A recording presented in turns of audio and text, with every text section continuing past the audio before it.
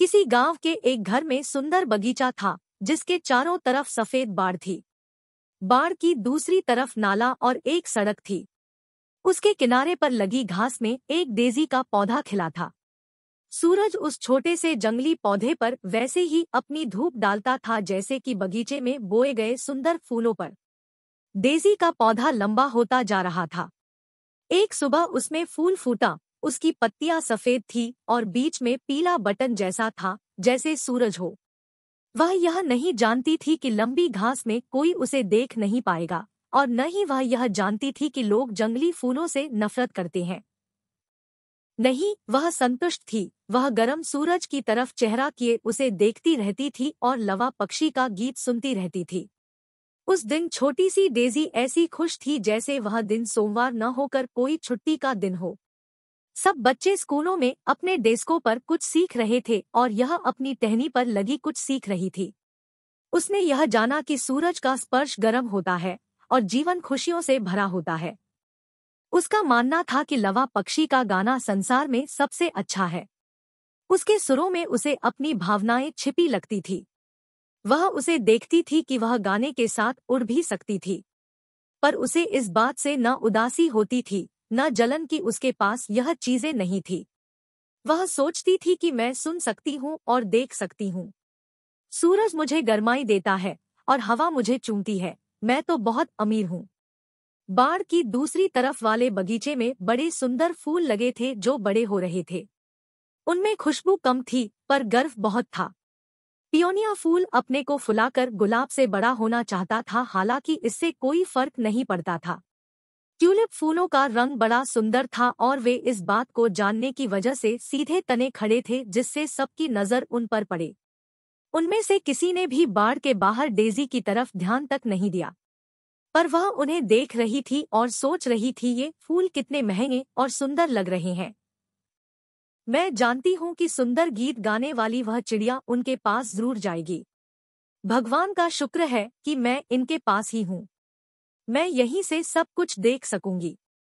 उसी वक्त लवा जमीन पर उतरी, लेकिन वह पियोनिया या ट्यूलिप के पास न जाकर डेज़ी के पास की घास पर उतरी।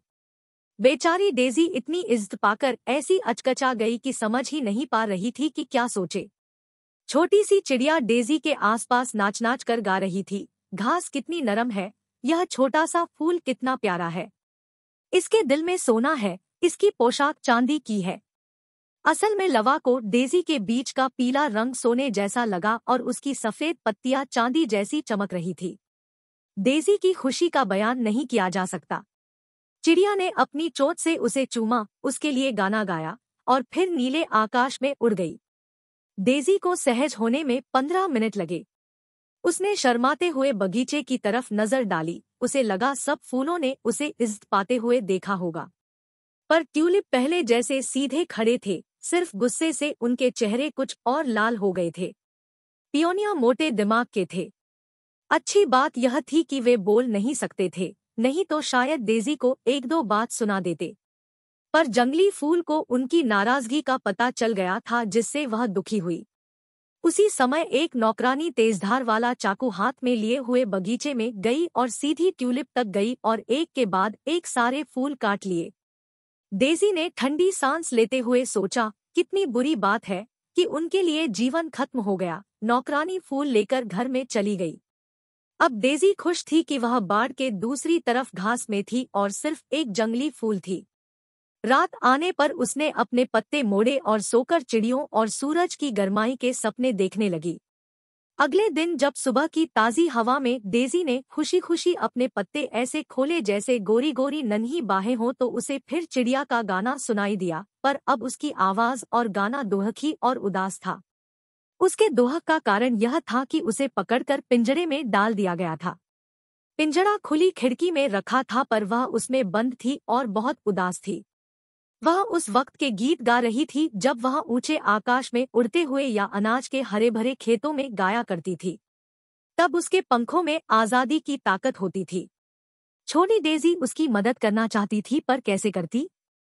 यह मुश्किल काम कैसे किया जाए, इसी सोच में डेज़ी अपने आसपास की और अपने सफेद पत्तों की खूबसूरती सब भूल गई। वह सिर्फ उस चिड़िया के बारे में सोच रही थी जो पिंजरे में थी और जिसकी वह मदद नहीं कर सकती थी। तभी दो छोटे लड़के बगीचे में गए। एक के हाथ में तेज चाकू था। वह ठीक वैसा ही था जैसे चाकू से नौकरानी ने फूल काटे थे। लड़के डेज़ी के सामने रुके। वह समझ गई कि वे क्या करने वाले हैं। जिस लड़के के हाथ में चाकू था उसने घास पर एक चौकोर निशान लगाया। डेज़ी उनके बीच में थी। लड़का बोला, यह घास काट कर पक्षी के लिए ले जाते हैं। उसने जमीन में सिर्फ इतना गहरा काटा कि घास की जड़ न कटे। दूसरा लड़का बोला, फूल को उखाड़ दो। डेज़ी उखाड़े जाने के डर से कांपने लगी, क्योंकि उखड़ने का मतलब मरना था, जबकि वह पिंजरे में पक्षी के पास जाना चाहती थी।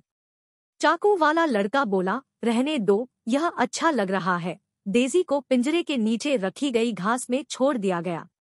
बेचारी चिड़िया अभी भी अपनी आजादी के छिन जाने पर रो रही थी। वह अपने पंख पिंजरे के लोहे के जाल पर मार रही थी। डेज़ी कुछ बोल नहीं सकती थी, इसलिए तसल्ली नहीं दे पा रही थी। सुबह से दोपहर हो गई। बेचारी कैद चिड़िया दुखी थी। पानी नहीं है। वे सब चले गए। मुझे एक बूंद पानी तक नहीं दे गए कि मैं पी लूं। मेरा गला सूख कर जल रहा है। ऐसा लग रहा है कि मेरे अंदर बर्फ और आग है। हवा भारी है। मैं मर जाऊंगी। और फिर कभी ईश्वर की बनाई खूबसूरती, सूरज की गर्म धूप, यह हरियाली कुछ भी नहीं देख पाऊंगी। चिड़िया ने अपनी चोंच घास में गड़ा दी क्योंकि वहां ठंडक थी। फिर उसने डेज़ी को देखा, गर्दन हिलाई, उसे चूमा। बेचारे फूल, तुम्हें भी यहाँ मुरझाकर मरना पड़ेगा। सारी दुनिया के बदले में मुझे यह छोटा सा घास का टुकड़ा दिया गया है। अब घास को पेड़ और तुम्हारी हरी पत्ती को खुशबू वाला पेड़ मानना पड़ेगा। सिर्फ तुम मुझे मेरी आजादी की कहानी सुना सकती हो। डेज़ी सोच रही थी, काश मैं उसे तसल्ली दे पाती, पर वह तो अपने पत्ते भी नहीं हिला पा रही थी।